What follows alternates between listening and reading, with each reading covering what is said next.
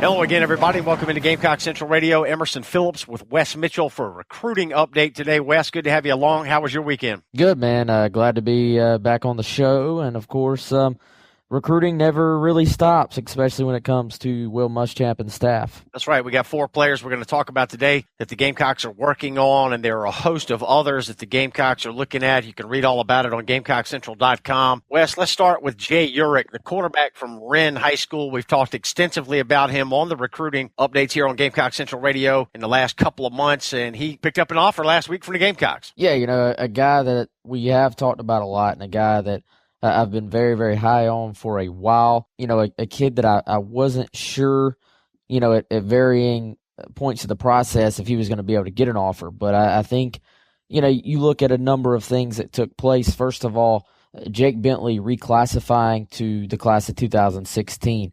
South Carolina was probably going to be in a position where they were going to take Bentley and another quarterback in 2017. But I think it did sort of open up the window for Urich to get that offer in this class, because I think you look, nationally at some of these guys South Carolina has already offered at the quarterback position, and it was probably going to be hard to land a big-time, big-name quarterback in this class because, obviously they both knew, or any quarterback would know, they were coming in with Brandon McElwain and Jake Bentley already on South Carolina's campus and already, as freshmen who'd already could learn the offense. So, I think that sort of opened the door for Urich a little bit, and talked to him right after he got the offer. He's a kid I've probably interviewed him more than any other kid in this class to this point, and just a kid that was very, very excited to pick up that offer from South Carolina. All right, Wes, let's take a look at defensive back here. My understanding is that it's possible that Carolina could bring in as many as 6 DBs next year, and Yusuf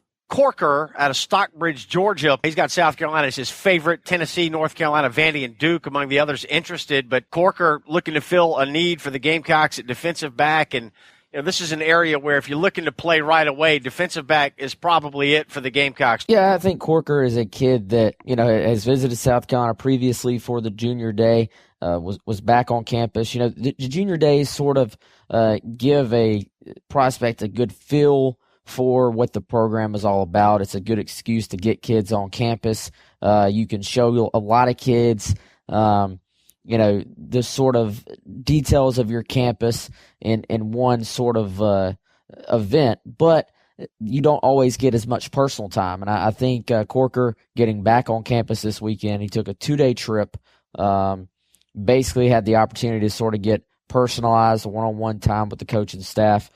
He's a kid that, I think you look at all the defensive backs and you say that they're recruiting. A common thread with all of them, a common theme is a love for Travaris Robinson, South Carolina's, of course, defensive coordinator, but also defensive backs coach. So all these guys seem to love him. All these guys, really are. South Carolina, I think, is in the game with a bunch of these kids because of T-Rob. So you look at that, then you look at this opportunity to play early. I would look at T-Rob to point to the guys he was able to land at Florida. Your Vernon Hargraves, who, is a surefire NFL guy. Jalen Tabor, former 5-star guy. T-Rob landed at Florida.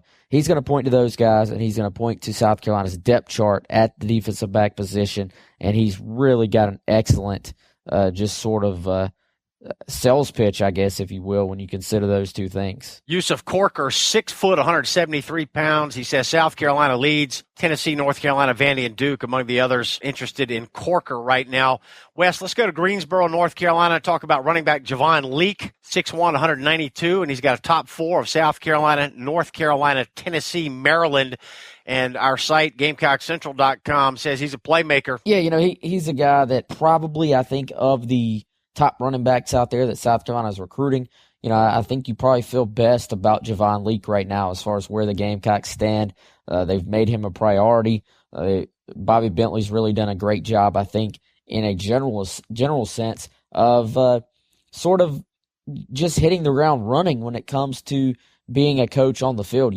At Auburn, his responsibility was far different than it is here at South Carolina. He was not an on-the-field coach, so he didn't have these recruiting responsibilities where he had to build the relationships and go out to high schools and recruit prospects. But so far, so good. Bobby Bentley's done an excellent job. He's done a good job of, evaluating guys and getting offers out there to these running backs. And he's really connected with a lot of them too. I think at the running back position, South Carolina probably needs to bring in at least two guys, two difference makers, two guys that are going to have a chance to play probably pretty early in their career, I think. And Javon Leake is someone they obviously really, really like if you look at how hard they've recruited him. He is a playmaker, sort of a one-cut back. He's not one of these guys that's going to dance a whole lot, but has some explosiveness. And, I think is someone South Carolina probably feels pretty good about where they currently stand with. Well, let's talk about the Gamecocks' presence in Greensboro from a recruiting standpoint. South Carolina's already got one Greensboro running back in early enrollee freshman C.J. Freeman, and now South Carolina working very hard on another one in Javon Leake. Talk about recruiting presence deep in the state of North Carolina. Yeah, and I think, North Carolina is a state South Carolina has to do better with under this staff compared to the previous one. I think, Muschamp's talked about making certain areas more like in-state territories. He's mentioned Charlotte, Jacksonville, Atlanta. So I think Charlotte and then extending out into other areas of North Carolina. South Carolina probably didn't do as good of a job during the Spurrier era, especially at various times. They sort of spot recruited some areas and they got some good players out of North Carolina. You look at a Melvin Ingram came out of North Carolina, Travian Robertson, of course, Pharaoh Cooper. Those were guys where you say, okay, if South Carolina maybe could have recruited the state of North Carolina a little bit better as an entirety, maybe you have a few extra playmakers on your team. So I think moving forward, that's something they have to do. I think that's something they've tried to do. And obviously, they're in pretty good shape with Javon Leake as well. Wes, I know the fans get excited anytime the Gamecocks offer an in-state product, and we've got a couple of kids from Saluda High School that the Gamecocks are working on. One is 2017 running back Malik Brooks. He missed his sophomore year due to injury, but he came back with a huge junior year last year, rushing for over 2,100 yards and 30 touchdowns for the Saluda Tigers. And he's got a teammate that the Gamecocks are looking at as well for 2018. Yeah, we'll start first with Malik before we go to the teammate. He's a kid that I think right now, I don't know if long shot's the word, but I think it's very much up in the air if he's going to get an offer from South Carolina. His recruitment really hasn't taken off the way I sort of thought it might. He's got an offer from PC. He's got an offer from Gardner Webb. But, just chatting with him, really, really good kid by all indications. I've talked to Saluda head coach Stuart Young. He's really went to bat for the kid. Had a great junior season. Was a workhorse back. I'm thinking before all is said and done for those people who are fans of recruiting in the Palmetto State and like to follow this stuff, even if he doesn't get a South Carolina offer, I think his offer list, just what I see on film and what I see from talking to the kid in person, what type of sort of personality, the way he carries himself, I think Malik Brooks is going to be a kid that's going to have some bigger offers before it's all said and done. I think, some of the local maybe ACC schools or, maybe Coastal Carolina, maybe an ECU or an NC State. I think those schools probably should take a harder look at Malik Brooks, and I think ultimately he'll probably have some bigger offers to his name. It remains to be seen if one of those will be South Carolina. I think he'd need to have a big, probably camp or a big senior year, maybe get a late offer or something. He's been working on his speed, but still a kid, that I'd go to bat for as being a good player in the state. And then, like you said, you actually have his teammate, Elijah Brown, who was a class of 2018 defensive tackle. Actually grew up a Clemson fan, but South Carolina offered him first and offered him on his 16th birthday. So really, really, I guess, nice, savvy move for South Carolina because it really was something that was special to him.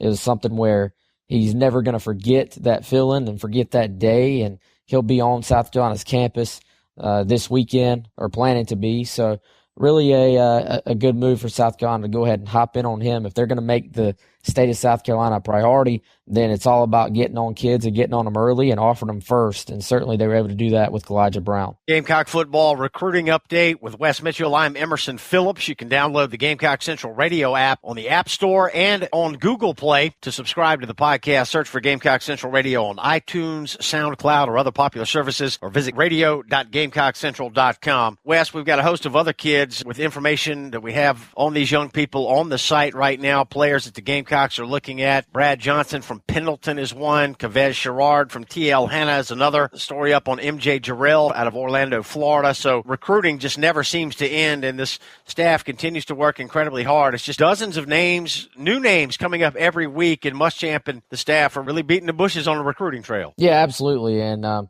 if I can, I'd like to kind of finish where we started, back with Jay Urich. I think I've said it a number of times, but really one of the better kids you'll ever meet. Extremely hard worker.